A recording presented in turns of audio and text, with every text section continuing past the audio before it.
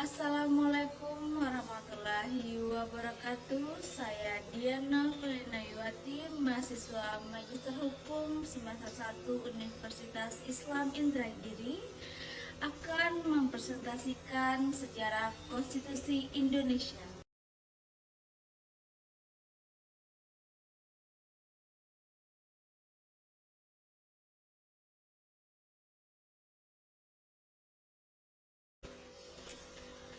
Baiklah, kita masuki yang pertama, yaitu sejarah konstitusi di Indonesia.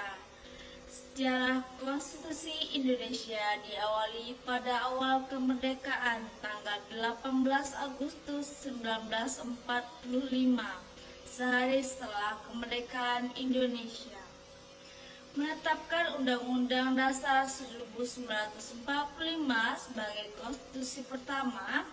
Undang-Undang 1945 disusun oleh Badan Penyelidik Usaha-Usaha Persiapan Kemerdekaan Indonesia atau BPUPKI dan Panitia Persiapan Kemerdekaan Indonesia PPKI.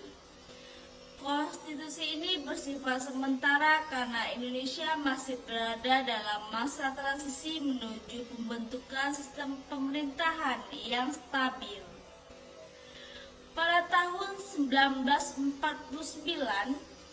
Undang-Undang Dasar 1945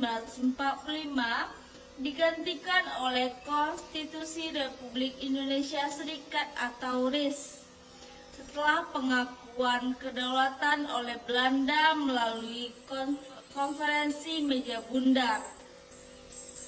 Sistem federal yang diatur dalam Konstitusi RIS tidak sesuai dengan aspirasi rakyat Indonesia, sehingga pada tahun 1950 Indonesia kembali ke sistem negara kesatuan dengan Konstitusi sementara 1950. Konstitusi ini mengadopsi sistem parlementer sebagai bentuk pemerintahannya.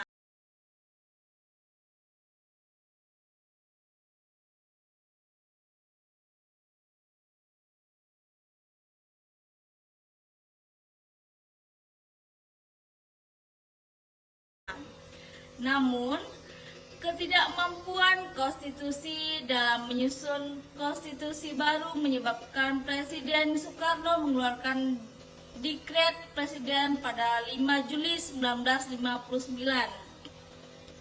yang menetapkan kembali Undang-Undang Dasar 1945 sebagai Konstitusi Indonesia.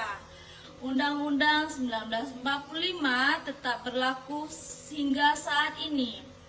Meskipun mengalami 4 kali amandemen pada periode 1999 sampai 2002, amandemen tersebut membawa perubahan signifikan termasuk penguatan demokrasi, otonomi daerah, dan pelindungan hak asasi manusia.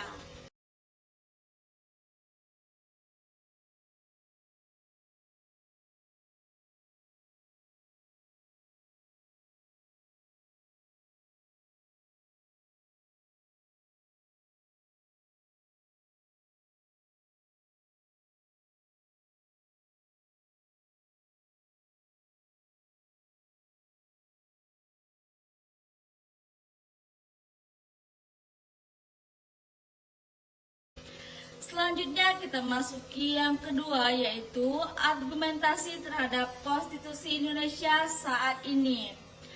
Undang-Undang Dasar 1945 yang telah diamandemen mencerminkan kemajuan yang penting dalam sistem ketatanegaraan Indonesia.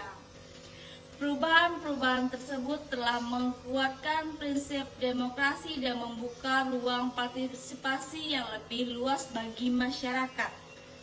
Sistem checks dan balance antara eksekutif, legislatif, dan yudikatif juga menjadi lebih jelas, sehingga mengurangi risiko konsentrasi kekuasaan. Selain itu, pengakuan terhadap hak asasi manusia dan pengaturan otonomi daerah memberikan ruang bagi keberagaman lokal dan berkembang dalam kerangka persatuan nasional. Namun, tantangan tetap ada. Beberapa pasal dalam Undang-Undang Dasar 1945 dinilai masih membutuhkan interpretasi yang lebih rinci untuk menghindari multitafsir yang dapat memicu konflik politik dan sosial. Selain itu, penguatan kelembagaan dan penegakan hukum seringkali masih menghadapi kendala, terutama dalam mengimplementasikan nilai-nilai konstitusional secara konsisten.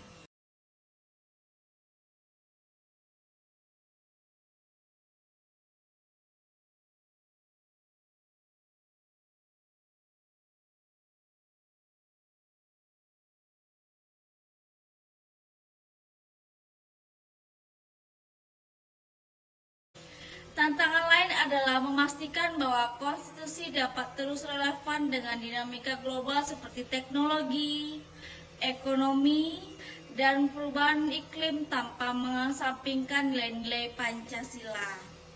Secara keseluruhan, konstitusi Indonesia saat ini adalah hasil dari proses panjang yang mencerminkan perjuangan bangsa dalam mencari sistem terbaik. Dengan semangat reformasi dan berkelanjutan, diharapkan konstitusi ini mampu menjadi pondasi yang kokoh untuk mengatasi tantangan masa depan dan mewujudkan tujuan berbangsa dan bernegara. Baiklah, sekian presentasi dari saya. Lebih dan kurang saya mohon maaf. Wabillahi taufiq wal hidayah. Wassalamualaikum warahmatullahi wabarakatuh.